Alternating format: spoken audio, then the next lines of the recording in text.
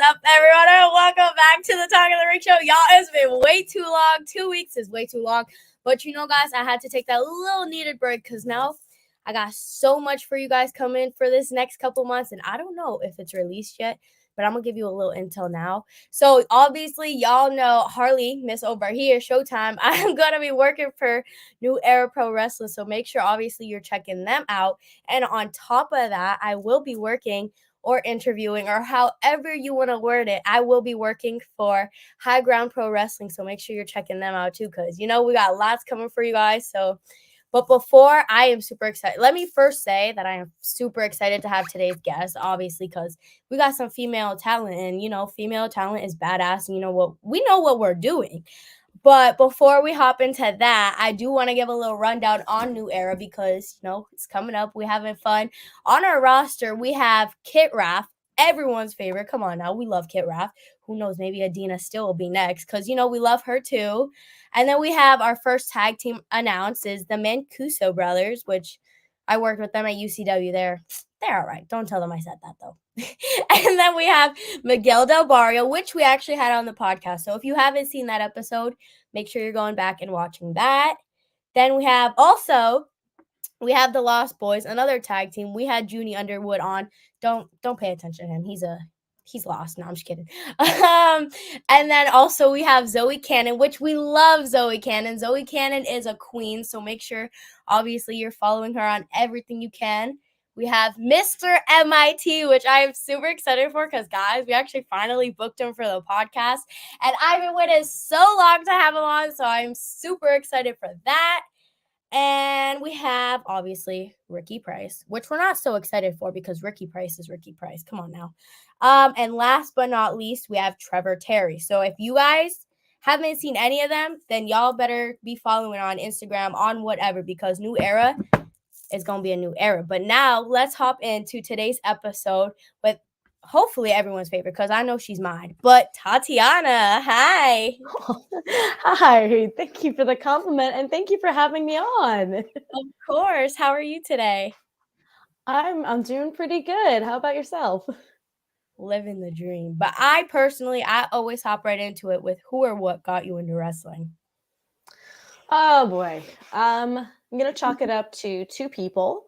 The first being my older brother. There's a pretty big age gap between the two of us. So when I was super little, he'd babysit me by watching wrestling shows and just kind of keeping me close. And that just sort of became our thing. Our way of bonding was wrestling each other, and we'd hit each other with pillows and call them chairs. And it was a really big, significant part of my childhood. And then, as a lot of kids do, sometimes they'll grow out of wrestling. He stopped watching it. It was still our thing, but I kind of found wrestling on my own a few years later.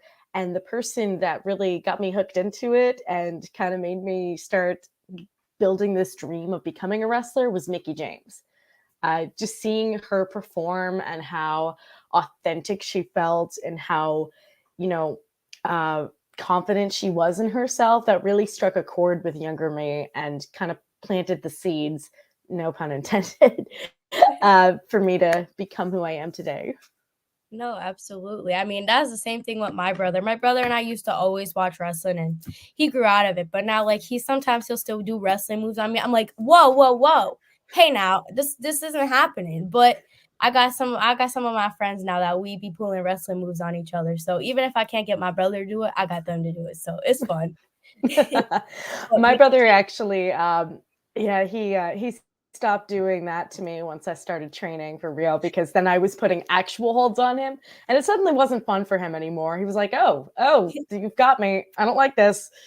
That said, he still keeps an eye on my progress every time I get new photos taken, or if I win a new championship.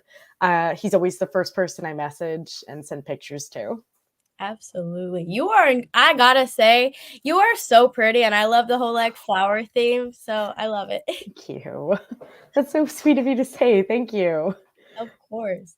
So obviously I think I know the answer, but if people don't know, are you a heel or are you a face? Ooh, that depends on where you see me. The way I like to think of it, I am just a flower out here doing my best. And sometimes doing my best includes a little bit of trickery, a little bit of tomfoolery. Nobody gets hurt at the end of the day. So for me, it's not that big of a deal. Hmm. Can get to the back faster. It's usually not that big of a deal. So it's all a matter of perspective, like where you go, who I'm facing, if there's a history. I know you mentioned it's Adina Steele earlier. She and I were good friends for a while, and then the last time we saw each other was on opposite sides of the ring, and that didn't end too well. But no, it all depends. No, no, absolutely. I get it. I think that's the great thing about wrestling though, because like y'all will always be friends, but like then you go your own ways and then you like meet up in the future at some point again and be like, oh my God, I remember you. It So happens all of the time. This past year has been a lot of like revisiting old places, and I even had a couple of returning opponents that I hadn't seen in forever. And just getting back into the ring with them and seeing how far we had progressed as professionals was just so great. Like the flow was just so much different and in really good ways. There's a lot of progress to be had on all sides. no, absolutely. And like, I don't know. I think that's a good thing because who knows? Maybe one day you'll be facing Mickey James, like you mentioned. Yo, that would be so crazy. That is the dream. I think if that were to happen, it wouldn't be anywhere where anybody could watch it. She is in her last rodeo, but just the idea of getting to work with her and Yeah, getting to learn from her, maybe even step in the ring with her, that's the dream. Like that'd be so cool to do. absolutely. Even if it's one training, I'd be happy. Likewise. So, who trained you or trains you? I was trained by Quinn Magnum. He was originally the head trainer down in McKeesport, Pennsylvania. And I trained underneath him from March of 2018 to December of 2019. For professional reasons that were not associated with me at all, Quinn departed from the company that we started with and went his own direction. And from there, my training kind of ended on a on like a technical basis. I still like kept learning from people. Like you never stop learning. Yeah, But yeah, from there, I was kind of considered done. So I worked with the trainers at Rise Wrestling. There was a short period of time where I worked with the trainers at IWC Wrestling, both of which are in and around the Pittsburgh area. But for the past year, I've been working with T2T Pittsburgh down in New Kensington. And I'm not really being trained by anybody there. I'm just kind of there working on my skills, trying new stuff, working with their students and helping them with their stuff. So it's been a very strange road that I've taken, but I've gotten to work alongside of and learn from a lot of amazing people. no, absolutely. And I think it's like good when you train from like multiple people because you can take like something from each person's style and then that's how it makes your own. One of the best pieces of advice I got early on was to go out and learn from more people. Um, that was one thing that like Quinn never said no to was Yeah. me asking like, "Hey, I just got offered to go and learn from such and such for one night only. Is that cool?" And every time he was like, "Yes, go learn, go get information. It'll help you. It can't possibly hurt you." No, And that's kind of absolutely. advice that I try to hand down to everybody. No, absolutely. Because I love like everyone's always like Harley, go train, go train. I was like, that's a lot. Like I'm not saying I can't do it, but at the same time, I'm like, it's a lot. But then there's times people are like, well, if you train with one person, you can't train with someone else. I'm like, that shouldn't be how it is. Like if you can go to like you just said, you can go to so many different people and like gather whatever you need and put it into one. It should be fine. Yeah, there's I don't want to delve too deep into it, but there is definitely a lot of not gatekeeping, but just kind of territorial feelings. Oh, and it's not subject to any one place. It's kind of all over the place. Um, that said, when you are in the midst of training and you're going to go learn from somebody, it's always good to check in with your Yeah. trainer. They tend obviously they're coming from a place of more experience, but sometimes, the person that you're going to go learn from, sometimes there's things that you should know about them, like, Yeah. hey, they work really rough, or hey, their style is way different than what I've been teaching you, or, and this doesn't happen often, but it does happen, hey, that person isn't that great of a human being, so I don't suggest you go, but go, but just know this is the information I have. I don't agree with the idea of like saying that you work for me, therefore you can't work for them. But I Absolutely. do kind of understand where promoters and trainers come from when they say that. Yeah. Yeah. Yeah. Wrestling is kind of it should be one for all, but a lot of the times there's a lot of situations that feel very all for one. So Yeah. it's all very. Go ahead. No, I was just say I totally get it. But fun. My dad is obviously in the chat chanting your name already. So Hi there. he's a hype man. He'll hype you up. But so obviously you had like that time period of training.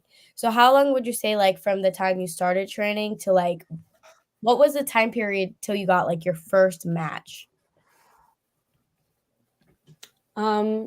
So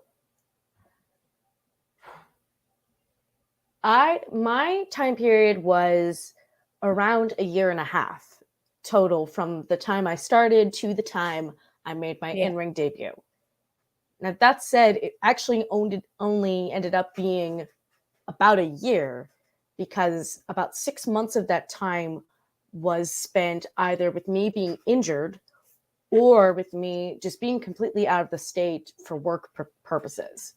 So my journey to the ring was very broken apart, was a little bit touch and go there for a little bit. There was a lot of people that thought I was going to quit because just things seemed to keep getting in my way.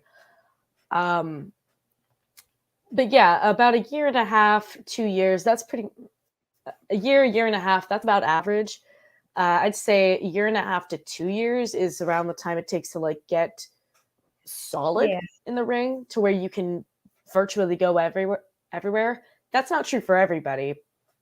Um, like there's a lot of people who are right out the gate. They're good to go. They can work with anybody. They have a lot of moves that everybody can work with. But for the most part, it usually takes people like a year or two to kind of get settled and be like, okay, this is what it's like. I got it now.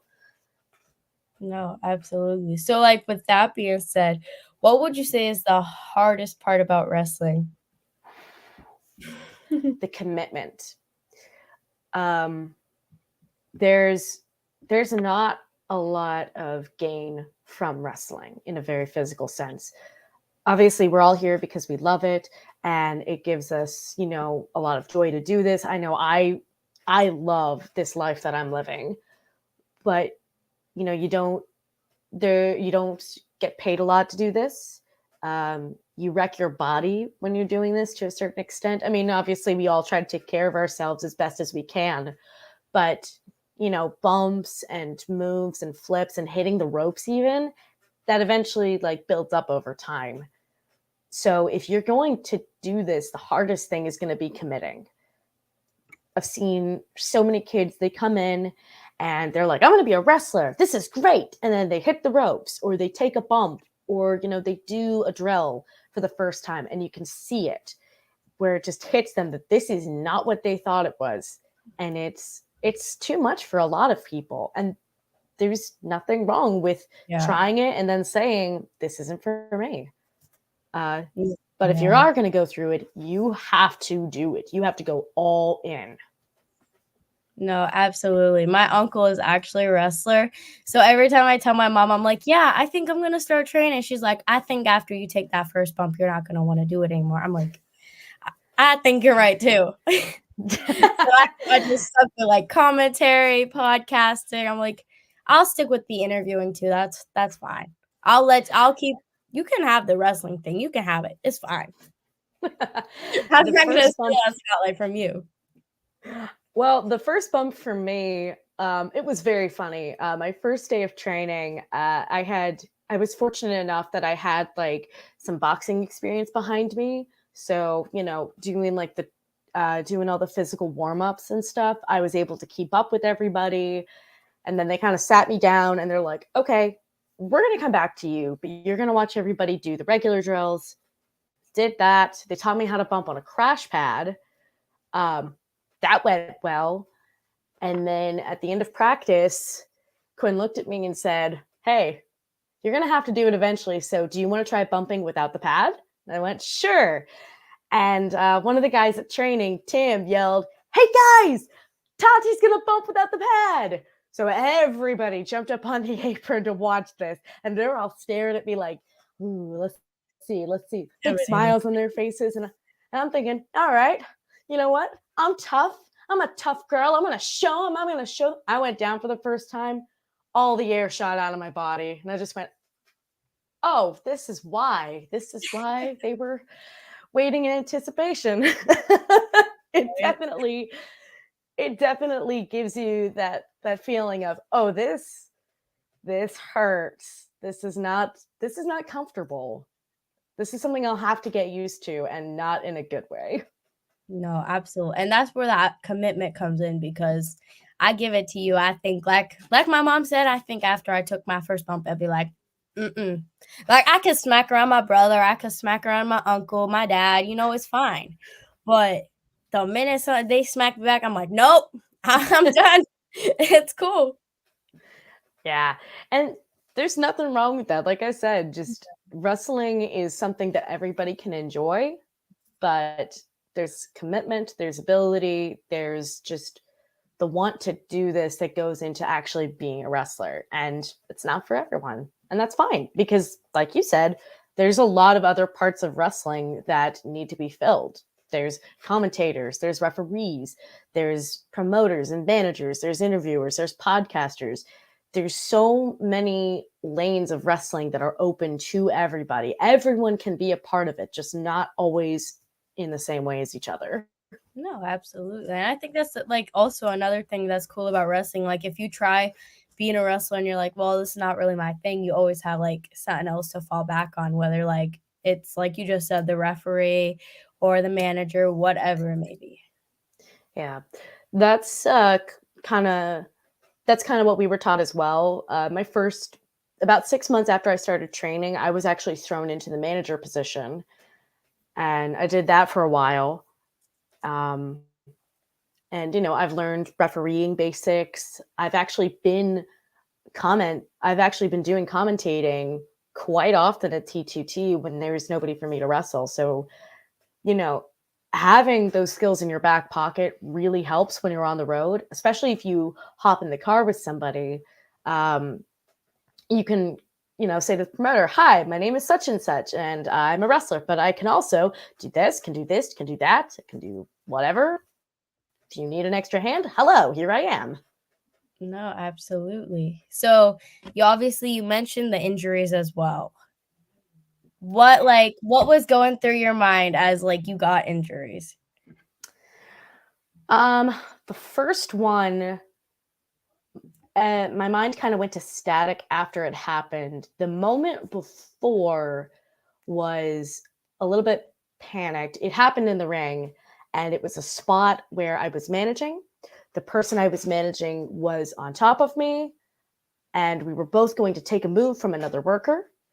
And when you're in that position, the smartest thing you can do is to just stop moving and protect your body. Yeah. I wasn't doing that. I was brand new and was starting to panic. So I'm kind of flailing around. I'm looking around like, oh, I can't see him. And then I looked up and there he was. And then it was too late. And Yeah. Yeah, I get it from It there. uh, everyone knew too. That was the best part. I got to the back and everybody was like, "Hey, you hurt?" And I went, "Uh-huh," while sobbing. um, Once that immediate shock kind of wore off, then it was kind of panic mode. And every other injury I've had since then was the same deal. There's a moment where you think, oh my God, I've just wrecked my career. I've just stopped myself before I can get started. I've destroyed my body. Um, because you don't know. Like, you have to go to the hospital and you have to find out for sure. And all you can think of is, I just got hurt and it hurts a lot. And it just kind of throws you off. Now, some guys uh, take it like champs and they can, relax themselves and get the help they need and figure it out from there. Uh, I'm starting to get there. I'm not there yet. But also, I'm trying to avoid injuries. So hopefully, I don't get there. I But mean, every time I ask that, I'm like, if they get injured now, I'm gonna feel like injured worse or more. I'm gonna be like, I'm gonna feel bad. I'll be like, I jinxed it. I knew it. I nah. should. At the end of the day, this is a contact sport, and there's a lot of things in the ring that can hurt you. Mostly because there's another full body person throwing themselves at you. But people trip over the mat. They hit a buckle wrong. There's a piece of wire sticking out and it catches somebody and breaks open some skin. There's a lot of ways you can get hurt in the ring, and the best way to avoid it is to just know what you're doing. And the more confident you are in knowing what you're doing, the safer everybody is. No, absolutely, absolutely. So now, if a younger fan came up to you at the show or wherever and was like, "I want to do exactly what you're doing," what would you tell them? I would tell them, uh, find a good school. I would tell them, if I was local to the area, I would tell them, check out this place or that place. If I'm not local to the area, I'd point out somebody who is local and say, hey, ask them what good schools are around here. They're good. I trust them. Because I have had a lot of younger fans walk up to me and ask me, like, how do I do this? And it's always the same, you have to find a good school, which typically what makes a good school is, the uh, the quality of the wrestlers that they have produced in the past, whether that be like the amount of people that have gotten on television or have gotten signed contracts, or just like people that have left their school and gone on to be really good performers, um, or just like have really good recommendations from a lot of workers.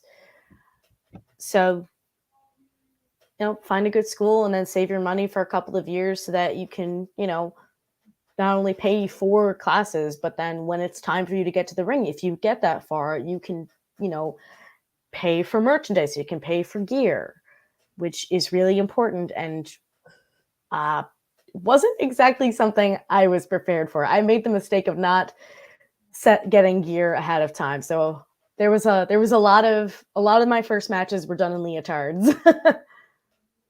Fair enough. I mean, it's better than because there's a lot of times I see people like that will just be like starting and they go in there with regular clothes. I mean, a leotard is closer than just, like John Cena, like jean shorts, jeans.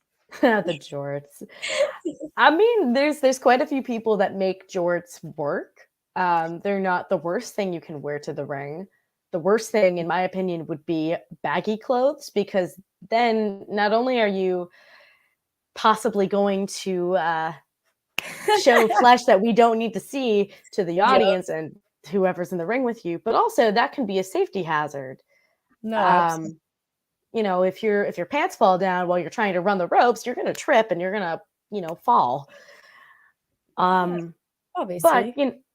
you know, as long as your gear looks decent, as long as it fits you well, honestly, you can do anything, especially when you're just getting started. But it is good to have like at least one piece of gear that is made for you, that has your name, that has your logo, or fits your gimmick when you're starting, just so you can have something nice that you can take on the road with you and go out and be like, okay, maybe you're not going to remember my name, but you are going to remember my look. Exactly. I personally love when they have their name like on their gear, because then if I'm like, well, you're new and I don't know who you are, I'd be like, okay, well, 95% of the time it's either on their butt or it's on their legs. So I'll be like, okay, I know your name now, so I can find you. Can't tell you how many I can't tell you how many awkward conversations I've had where I see something written on the back of somebody's trunks and I'm just like, I can't look at their butt. That's not right. But also, what's written on your butt?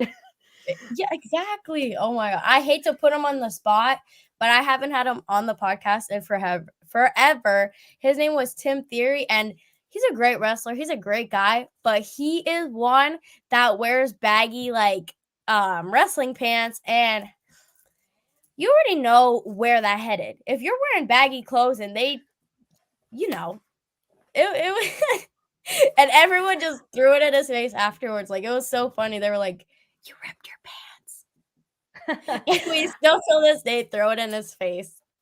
I mean, wardrobe malfunctions happen all the time. Yeah. Oh man, the first leotard I ever wore to the ring was one that I had had for years at that point. It was a dance leotard from when I took dance classes. And, when I grabbed it out of the drawer, I was like, this is perfect. And then I put it on, and myself and everybody else realized that it was falling apart. In like the threads were being stretched to the point you could see through them. And at that point, I didn't have anything else. So it just kind of went, all right, hopefully it doesn't rip. But I still get crap for that, where people are like, hey, remember that time you wore threads, literal threads? And I'm like, yep, yes, I do. Lovely times. But in the chat, really quick, we have my dad chanting me now, obviously, because we queens here. Then we have actually my uncle's wife saying, hey, mama, just stopping in to show my support. And God bless, and it was good seeing you. Have a blessed night. And then my dad, he said, Harley be staring at people's butts. No, I do not. If their name is on their butt, I hate to say it, but I'm going to be looking. But that's the only. I promise you, I am not going into locker rooms and looking at people's butts, and I'm actually doing my best to avoid it. Yeah. See? Yeah. He trying to put me on the spot for something I don't even do. But okay. It's all right. I mean, I think it's written into the contract of being a dad to try to embarrass your child. So I get it. I guess. My dad does the same thing to me, except my dad's way of embarrassing me, and he did this once at a show, is he will just pull his phone out and he'll pull the camera up and he won't say anything. He'll just start taking pictures. And you'll see that he's very obviously taking pictures, but he won't say anything. He won't ask you to pose. He won't ask you to clump together or stop moving. He'll just keep doing it, hoping he can catch a candid. And one time he did it to me while I was talking to Killian McMurphy. And now he just has about 50 pictures, which between each picture, my head is turning towards him and then back to Killian, and Killian's turning towards him and then back to me. We're just kind of back and forthing until eventually you get one where we're just standing next to each other, staring at him confused. And you can see my mouth moving, and I'm saying in the picture, Dad, do you want a picture? He's just clicking. I really think that's dad's jobs, because a lot of times I'll be cheering for someone at a wrestling show. My dad's like, I think you like them. I'm like, no, I don't. And then he'll be like, she wants a picture with you. I'll be like, I didn't even say I wanted a picture. I was just cheering for them. That don't mean I like them. I mean, I do like them, but not like that. I mean, not till I don't like them enough to get a picture with them. It depends on who it is, but geez. Oh, I get it. My mom and dad came to a show one time, and the crowd was not a fan of mine. It was one of the shows where I was more heel than normal. Feels like a misunderstanding, but that's me. But I had to let them know, like, hey, people don't like me here, so maybe just for tonight, maybe don't cheer for me because I don't want you guys to get in trouble. And also, they think I'm a bad guy around here. They think I'm bad. I kind of like it. I don't want to ruin that look. So, just keep it on the down low. Yeah. Just pretend you don't know me. Pretend we have problems. Pretend that's it. Yeah, exactly. Crazy. So, how obviously, I don't think it's your thing. I don't think it fits your persona, but you may have a different aspect on it. How do you feel about like hardcore death style weapons, blood, all that fun stuff? It's funny you say that. I just lost a title a couple of weeks ago in a hardcore match. Oh god. uh, so I worked in the hardcore scene for a couple of months a few years ago. I got up close and personal with it because I was there working with H2O down in New Jersey. And I really grew a big appreciation for it. When it comes to the actual matches themselves, I will not say no to hardcore. I will not say no to street fights. Um, Actually, I have a show on February 23rd called MV Young's Missed Connections 2, and it will be my first ever DLC match, which is doors, ladders, and chairs. And I'm ready for it. I've got my kendo stick ready. I'm gonna grab a door and paint a bunch of flowers on it to throw at a bunch of people. Um, Now, all that being said, when it comes to death matches, I have a lot of respect for people who do those matches. I have a lot of friends who do them, and I respect the hell out of them. It's not for me. Glass specifically and barbed wire are two materials I personally do not want to work with in wrestling. Uh, Glass just makes me nervous, and I'm very scared of the very real possibility of my head landing in a pile of barbed wire and my hair getting horrendously tangled up. Um, those are so hardcore street fights. Absolutely, I have no problem doing those. Death matches, I'm going to keep being a spectator to those. No, I absolutely get it. That's the whole like that's another thing that's really cool to me about wrestling. It's kind of like ice cream. You have your different like styles and different flavors. Like, okay, well, we got the death match, which hey, I don't know if you know who he is, but Tarzan Duran, he's crazy for he's crazy for death matches, and I give it to him, but you will never see me attending any of his shows anymore. I used to follow him, and then all I see one morning is his like him chopping someone's arm off. I was like, Yep. not him. Yeah, I saw that clip too. I actually do know Tarzan, and he and I are friends. He's come to train at T2T Pittsburgh a couple of times. He was there recently for Thursday night fights facing Cowpoke Paul. And besides that, he and I have actually been on a couple of shows together in different places. I think the last one we were on together was Three Legacy Wrestling down in Lancaster, PA. He's a great guy. He's definitely got some wild ideas, and I here's the other thing. I have kind of worked with him. I mentioned, learning from different people. Uh, One of the training nights he came down, there were so many people there, and everybody was partnered up, and just kind of looked at each other, and he was like, "All right, come here." And because it was all a bunch of newer kids and he wanted to work with somebody with more experience, so he grabbed me and we kind of worked together on strikes and came up with a couple little sequences and messed around with like reversals and stuff like that, and like, so yeah. No, yeah. You Hey, if he Wrestling likes is it, go for it. Yeah. I mean, in wrestling you're going to work with a lot of people you would never expect to work with. Yeah. No, it's why it's so crazy to me. Like when I'll have someone on and they'll be like, "Oh yeah, I wrestled with that person," or "I know that person." I'm like, "Oh, I know that person too." Yep. So that's probably my favorite thing about wrestling. But so obviously you mentioned merch earlier. Do you have merch? And if so, where can people purchase it at?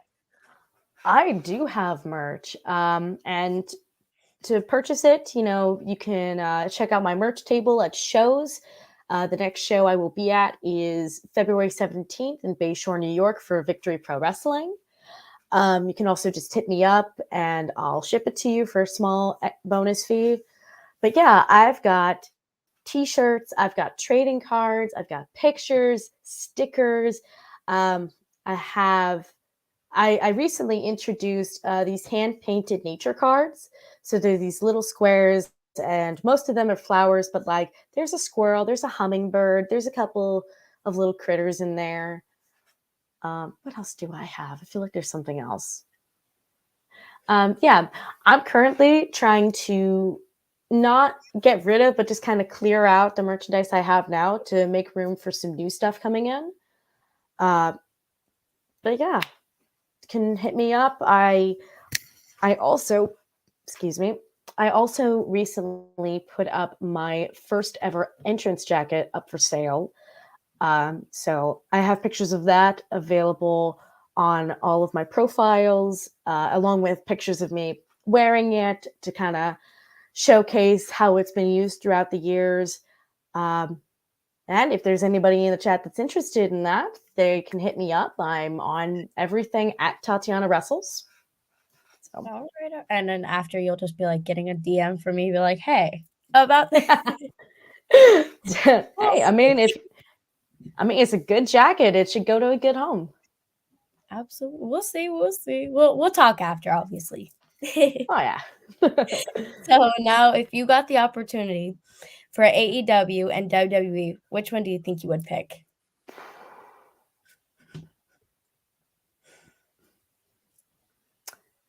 So the reality, if I'm going to be completely honest with you, the reality is whichever one got to me first. The money would be good either way. The opportunity would be great either way. The people I would get to work with, that is mind-blowing experience and talent that I would get to work with. There is no wrong answer for an independent wrestler in deciding between the two. There's simply, who gets to me first. And, like, obviously in the moment, you're going to consider some extra factors. Yeah. However, between the two, I would prefer to go to AEW. I feel like the workers there have a little bit more freedom in, what they get to do in the ring and the energy that they get to bring. Not that people in the WWE don't have great energy and, great creative power in what they do. Yeah. It just feels like there's more of a built product that you have to adhere to and you have to work around, whereas AEW is more like the product is what you bring to the table. And to me, that's more appealing. No, absolutely. So now, it doesn't matter AEW or WWE. If you could have any dream match, who would it be? My dream match would be a triple threat with Mickie James and Beth Phoenix. Mickie James, as I stated earlier, she was the one that kind of planted those seeds that I could do this, that I could become a wrestler. Beth Phoenix, however, was the one that planted the seeds of, I can be really small and really big at the same time. And they both have incredible moves, incredible character in the ring. And it would be so difficult for me to choose between them. I'd much rather just step in the ring with both of them and, make them look amazing and just get that opportunity to work with both of them.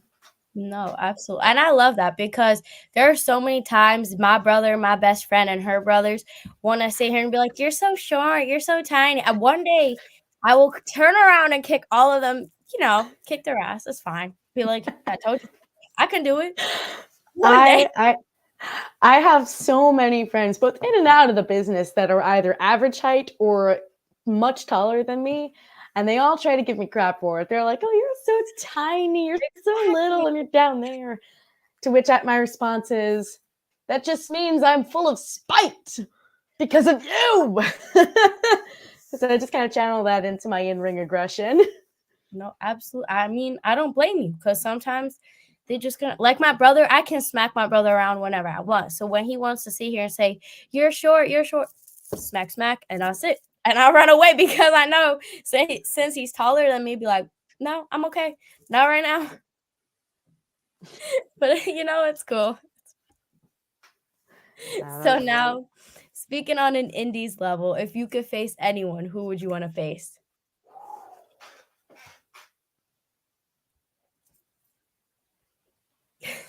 My mind didn't go blank because I can't think of anybody. I just thought of too many people at the same time.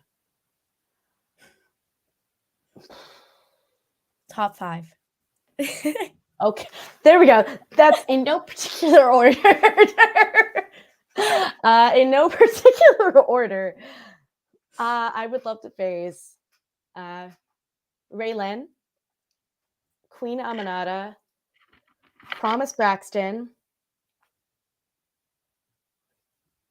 See, some of these opportunities might actually be happening down the line, so I got to be careful. Masha Slamovich and Junie Underwood. I really want to fight Junie. I want you to fight Junie. Junie is such I don't know. He has such a different persona. Like when he came on the podcast, he was so nice. And then I see him in person. He's like, mm-mm. I was like, yo, hey, I thought you were cool. I thought we could be friends. He turns around. He's like, nah. I'm like, okay. He's that way. He's a very deceiving young man. But he and I also have a bit of history outside. Not when I say outside of the ring, I mean literally outside of the ring. Yeah. He has been for the past, I want to say 7 months. He's been showing his head at T2T Pittsburgh. He shows up at almost every Friday show we have every month. And for a very long time, he kept stealing my stuff. He came out one night, he was wearing my flower crown. He came out one night, he was wearing my big jacket. He came out one night, he was wearing a pirate shirt that he grabbed out of my car. He just kept taking my stuff. And then he started beating up my friends. Like at our last Friday night fights, he beat up amateur wrestler Reese Hayes, who is an original member of my tag stable, the Wildflowers. And Reese Hayes is our 880 wrestling champion. So Junie wants to go after that belt. I get it, but hey, that's my kid that you just beat up. So I want to fight him. I got beef to squash. And also, I hate admitting this because obviously, I got beef with Junie, but he's really talented in the ring. And like the reason I had such a difficult time picking people was because like there's so many people that are so talented and do so many incredible things and go so many places that it's just you want to work with all of them. No, and you want to be and you want to like go places with them and just be like, let's fight. So that kind of plays into it too, but mostly for stealing my stuff and beating up my friends. Yeah, I mean, I don't blame you. I want to beat up Junie, but I think I need to put on some muscle before I even attempt.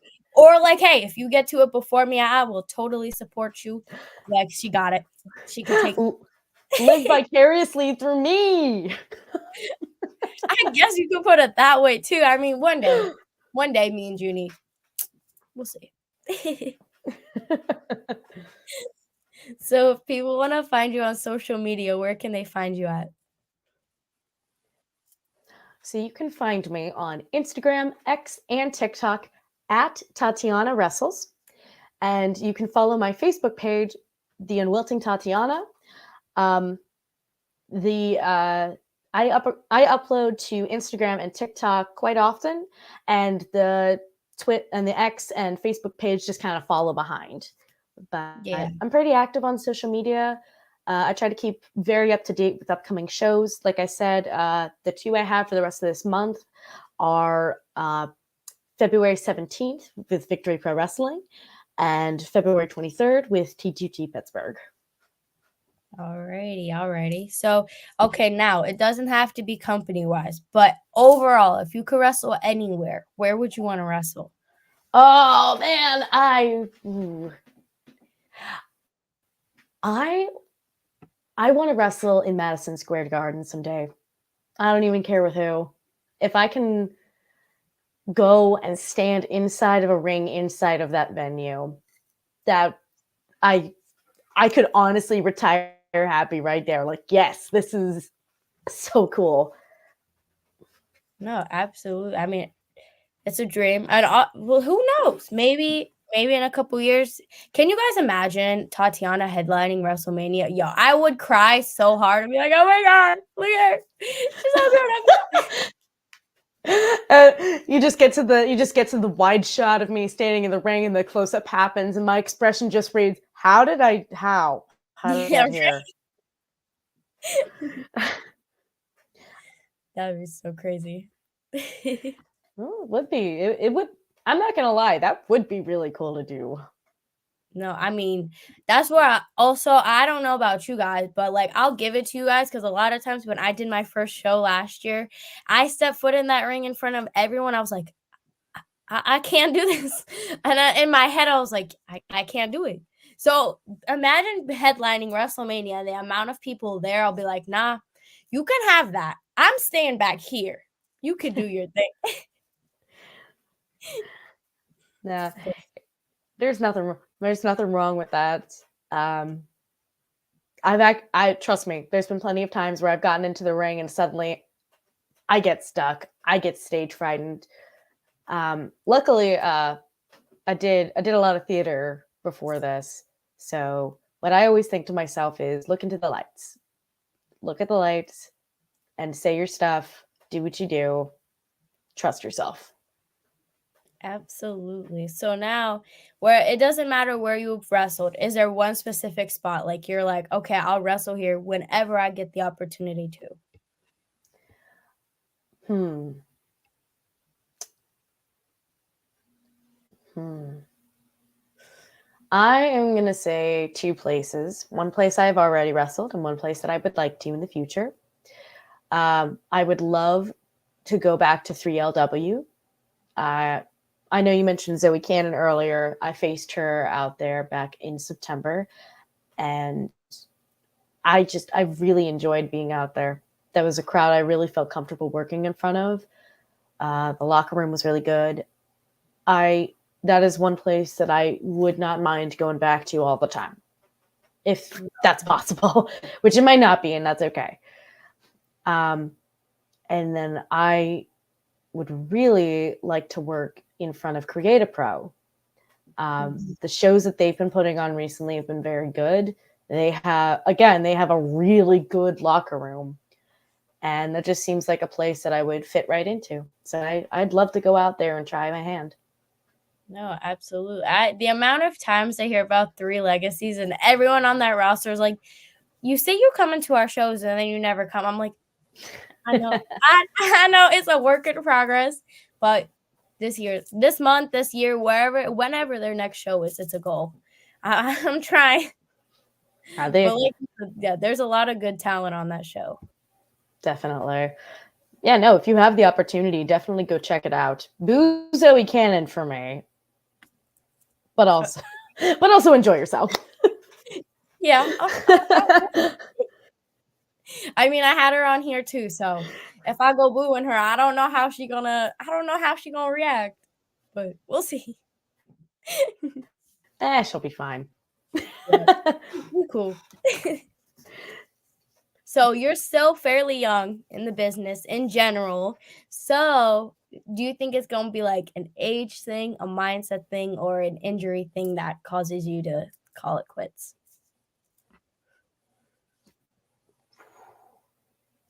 um, I think it's going to end up being an age thing for me. I've been taking a lot of steps to sort of take care of my body and, take care of the parts of me that have been injured in the past. I've broken both of my wrists, I've broken my elbow, uh, my knees have been minorly injured off and on the past year. And I've been taking steps to sort of take care of myself to avoid, being too injured to continue. Yeah. My hope is that I will just reach an age where I'm like be that way so that it is 100% on my terms. Um, Obviously, we have no idea what the future will hold. We'll see. Maybe somebody will dump me on my head, and that'll be that. I hope not, because then I'll be very upset. um, or maybe I'll get an opportunity that takes me away from wrestling completely, and that'll be that. That that's happened to a lot of people. Yeah. Um, so we'll see what life holds. But I'd like to be on my terms. Absolutely. So let's say hypothetically, I hate saying it like that because then I feel like I'm gonna jinx it. But if there ever came a time that you like couldn't wrestle, do you think you'd still want to be like a trainer or something along those lines? Still Oh, involved? Would you I'd just? I'd still like to be involved. Like I said, I've been doing a lot of work commentating, Mm-hmm. and I've actually gotten a lot of positive feedback on commentating. So if I had to step away, I think that would probably be what I would do next. As for training people, um, I I like the idea of helping people and practicing with them, helping them refine things, helping them figure out why isn't this going the way I want it to. Mm-hmm. Um, I have never been comfortable with the idea of being a full-fledged trainer and teaching people from basically from point A all the way to like competing in the ring in front of crowds. Um, and there's nothing wrong with people who do that. There's a lot of good people doing that, and it's great. It's just not. It's never felt like something that was for me. Yeah. So I'd stick around. I'd continue helping people as best as I could. I'd love to commentate, especially if something happens that prevents me from being an in-ring competitor before I'm ready. Yeah. Um, and again, we'll see what the future holds. Um, at the end of the day, even when you're not in the ring, there is a lot of take that wrestling has. It takes away a lot of energy, a lot of emotional progression, just a lot of peace in people's Yeah. lives. So it's once you leave the ring, sticking around becomes harder for some people. We'll see. No, absolutely. I get it. So like obviously you've done the commentary thing and that is something that is obviously getting more thrown in my books. What advice can you give to me or anyone on commentating?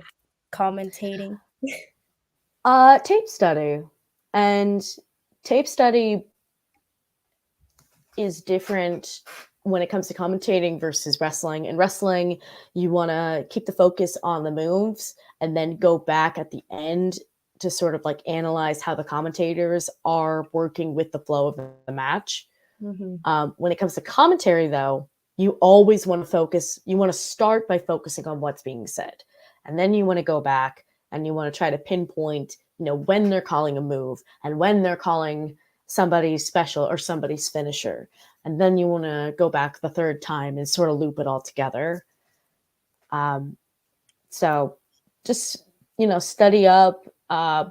Michael Cole is an incredible commentator to watch. If you want to stick with the indies, Joseph Dombrowski is an incredible commentator. There's a lot of good shows with great commentary teams. And you can learn a lot from everybody. Everybody has a different flavor to how they talk. No, absolutely. I've done commentary on two different occasions now. One was working wise, and then one was just I had a wrestling birthday party, so I got to commentate like two different matches. So being like obviously the difference when I was commentating with my friends, like, yeah, we know what they're doing in the ring, but we sat over there talking about their hair the entire time. But then when it came to me working, it's like, okay, I understand what's happening, but Yeah. I don't know. I like interviewing. I like talking to people, but commentary is just I don't know. I think it's something I have to get more comfortable with. It can be hard for a lot of people who don't have in-ring experience Yeah. because there's a level of like learning what the moves are. If you're not doing them yourself, you're kind of just trying to Yeah. wing it. and hoping you've seen it correctly. But also talking for anybody, like talking when you're being recorded or talking in front of a live crowd, it's hard. There's a lot of pressure that people don't talk about. So yeah, if that's something you want to pursue, absolutely go for it. Just, and don't be afraid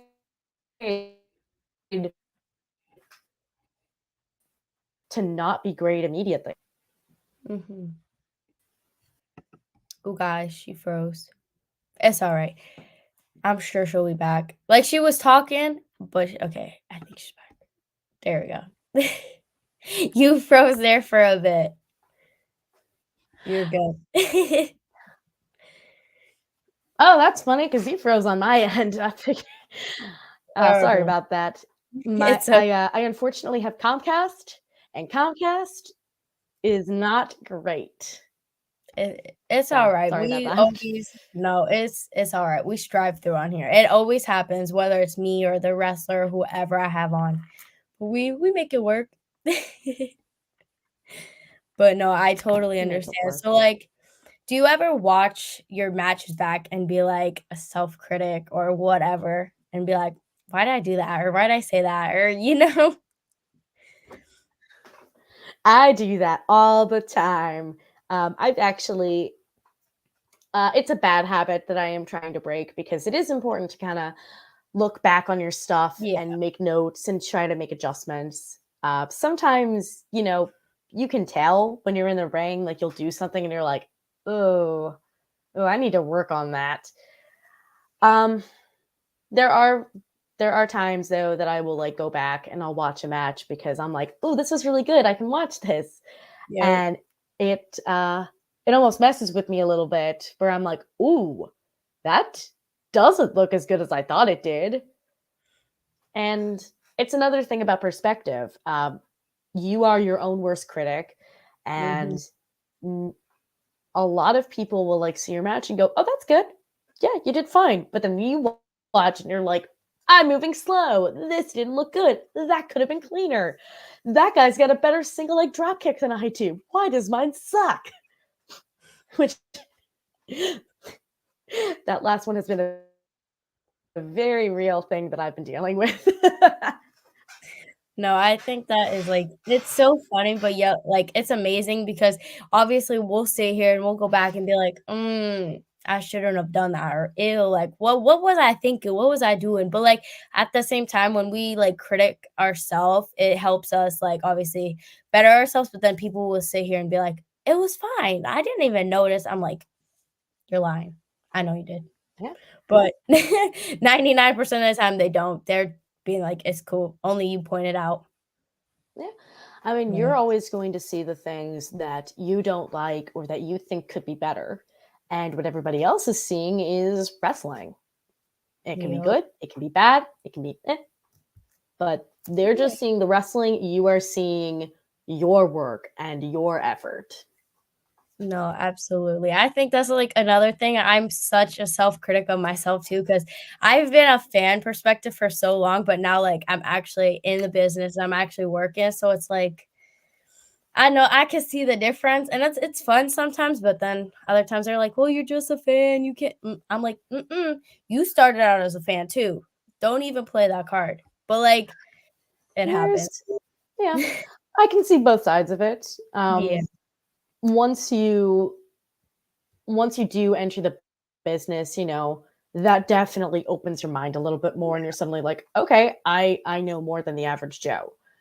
On the flip side, though, there's a little bit of elitism, and every wrestler has something that they're going to be kind of elitist about.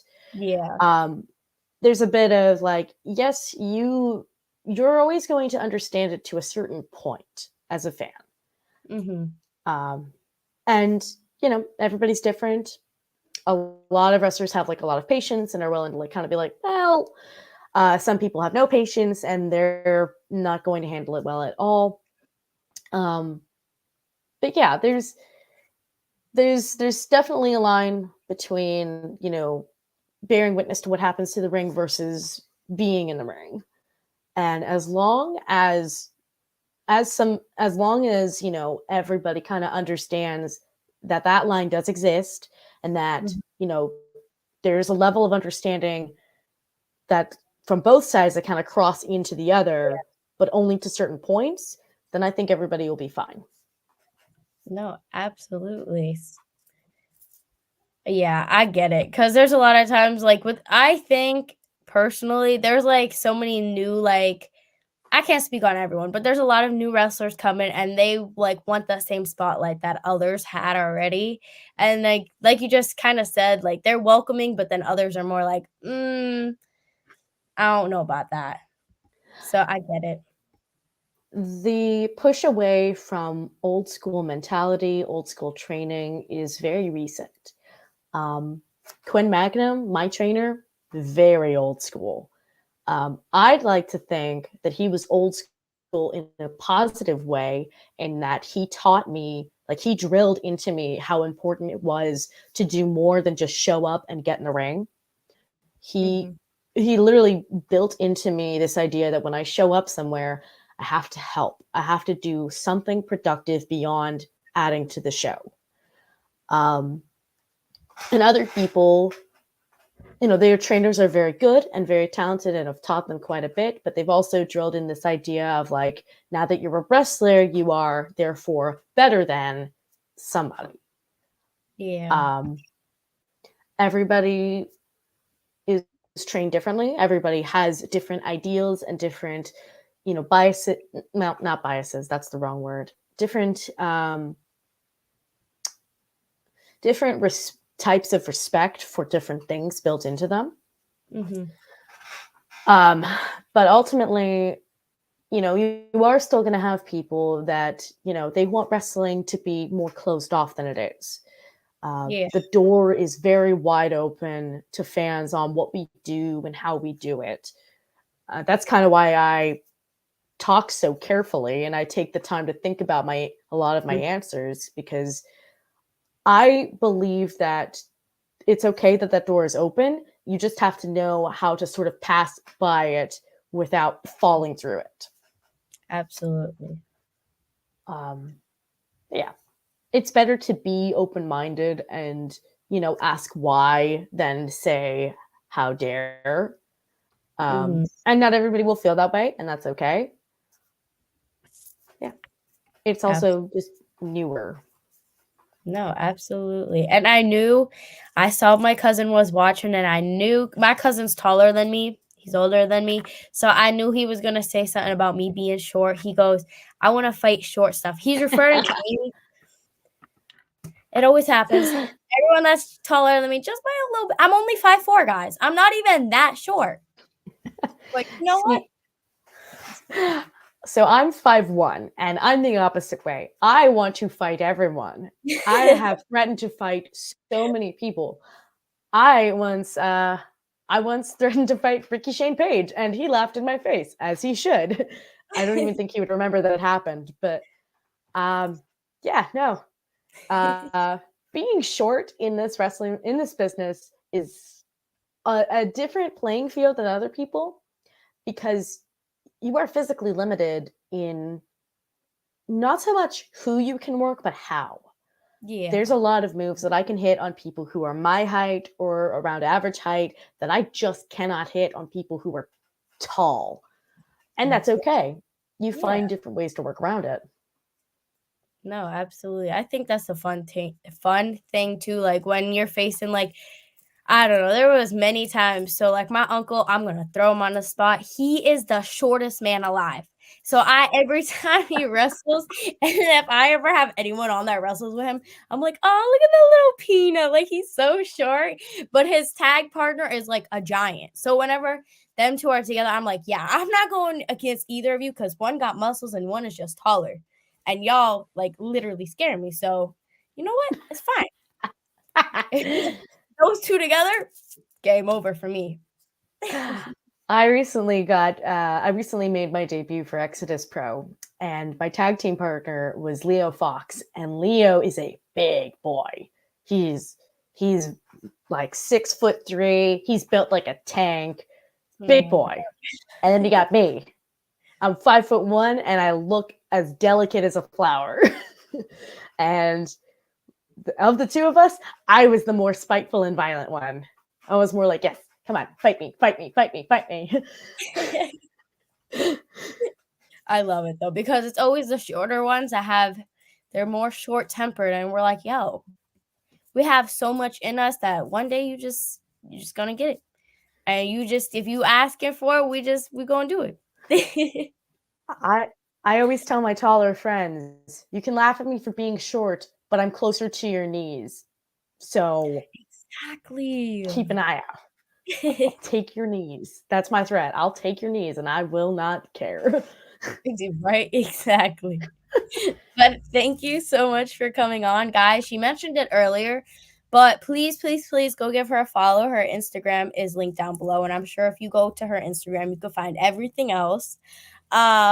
Thank you so much, and obviously we'll do some chatting after. But guys, I am super excited. I'm going to announce my birthday is February 22nd, and we are actually going to have Mr. MIT on that day. So I am super excited because Mr. MIT is one of the biggest heels, but like we vibe, we cool kind of, but we'll have a lot of fun. But guys, I'll be posting next week's episodes very shortly, so stay tuned to Instagram and maybe Facebook. I'm not the greatest with that, but you'll be seeing. Yeah, till next time, guys. Bye.